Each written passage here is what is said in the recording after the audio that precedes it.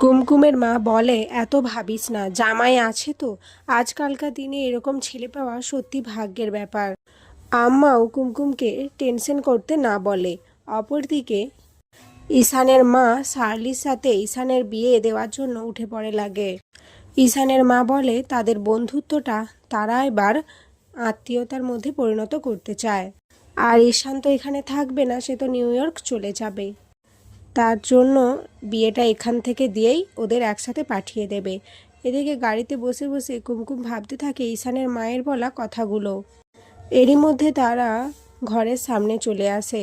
বাড়িতে এসে ঈশান তার মাকে ডাকে। ঈশানের মা এসে কুমকুম আর ঈশানকে দেখে অবাক হয়ে যায়। তখন ঈশান বলে, হ্যাঁ, তোমরা যেটা দেখছো সেটা একদম ঠিক, কুমকুম হচ্ছে আমার স্ত্রী। ঈশানের মা চিৎকার করে বলে ওঠে, না, কখনোই না, আমি কখনোই একজন লেবারকে আমার পুত্রবধূ হিসেবে মানব না। কুমকুম বলে, আমি বলেছিলাম তো যে মায়ের আশীর্বাদ ছাড়া কখনোই এই বিয়ে আমরা করে সুখী হতে পারবো না। ঈশান বলে, এত কিছু ভেবো না, আস্তে আস্তে সব ঠিক হয়ে যাবে। তো বন্ধুরা, তোমাদের কি মনে হয় ঈশান কি পারবে তার মায়ের মন ঠিক করতে? অবশ্যই কমেন্টে জানিও।